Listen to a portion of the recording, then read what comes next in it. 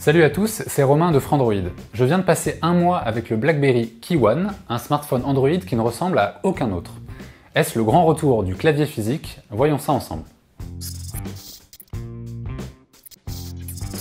Pour ce qui est du design d'abord, la nouvelle division BlackBerry du fabricant chinois TCL n'a pas fait dans la demi-mesure. La marque voulait apporter de la différence sur un marché où tout se ressemble, et on peut dire que c'est réussi.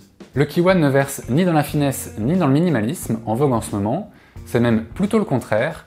C'est un tank, il est épais, lourd, massif, mais il paraît indestructible. Il offre malgré tout une très bonne prise en main. Avec son cadre super arrondi, on le cale facilement sans se trancher les doigts et on tape sans problème avec ses pouces. Et même si son écran ne fait que 4,5 pouces, les mensurations de l'appareil sont celles d'un 5,5 pouces, qu'on utilise donc à deux mains 99% du temps. Les trois boutons tombent naturellement sous les doigts de la main gauche, mais j'ai deux petits regrets à leur égard. La touche personnalisable est si basse qu'on l'enclenche souvent par mégarde en attrapant le téléphone. Et je regrette qu'il y ait tant de jeux sur les trois boutons en plastique, alors que le niveau de finition est globalement impeccable.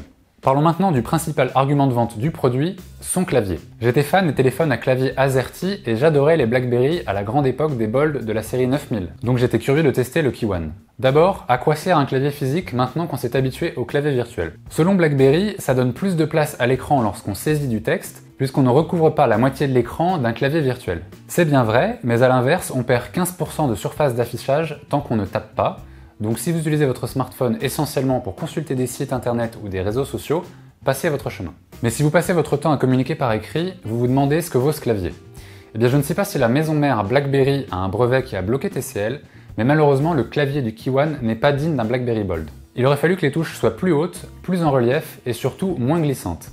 Elle manque cruellement de grip, si bien qu'on manque d'assurance et qu'on tape beaucoup moins vite qu'avec un clavier virtuel. C'est dommage car BlackBerry a eu de bonnes idées pour ce clavier. Il fait office de touchpad avec lequel on peut faire défiler les écrans d'accueil et les pages web, et ses 26 touches sont 52 raccourcis personnalisables qui vous permettent par exemple de lancer l'application Facebook d'une pression sur le F, d'activer le Wi-Fi avec le W, d'allumer la LED avec le L, etc. Puisqu'on parle de fonctions maison, parlons des logiciels installés. Le Key One repose sur Android 7.1 Nougat, quasi stock, auquel BlackBerry a ajouté quelques fonctions et applications. On retient tout particulièrement le fameux BlackBerry Hub, qui réunit tous vos messages, SMS, email, Facebook Messenger, Twitter, etc. dans une seule boîte de réception unifiée. Pour ce qui est du, je cite, smartphone Android le plus sécurisé au monde, en revanche, on repassera. À l'heure où nous publions cette vidéo, BlackBerry a déjà 2 mois de retard sur la mise à jour de sécurité d'Android, alors qu'il s'était engagé à le diffuser tous les mois.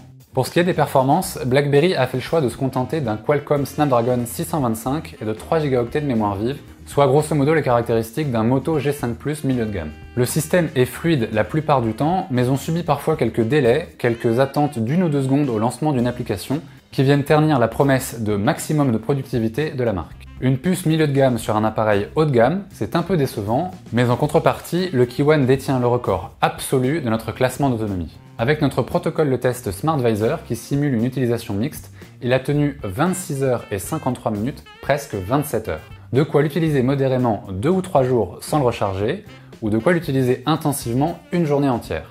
Et un chargeur Quick Charge 3.0 permet de le recharger à 50% en seulement 36 minutes. Un dernier mot sur l'appareil photo, le Key One délivre de bons résultats pour un produit qui n'a pas spécialement de prétention en la matière, mais il repose sur le même capteur que le Google Pixel, deuxième meilleur smartphone au classement DxOMark, et c'est dommage qu'il ne l'exploite pas aussi bien. En somme, lancé à 600 €, ce BlackBerry Key One ne se distingue pas par un excellent rapport qualité-prix. Il joue à fond la carte de la différence et mise pour cela sur 2 attributs bien précis, le clavier et l'autonomie. Il ne cherche pas à plaire à tout le monde, mais aux inconditionnels du clavier physique, et il en reste. Malgré tout, le BlackBerry Key One est un de ces produits pour lesquels on recommande d'attendre la 2e génération, qui corrigera, on l'espère, ses défauts de jeunesse.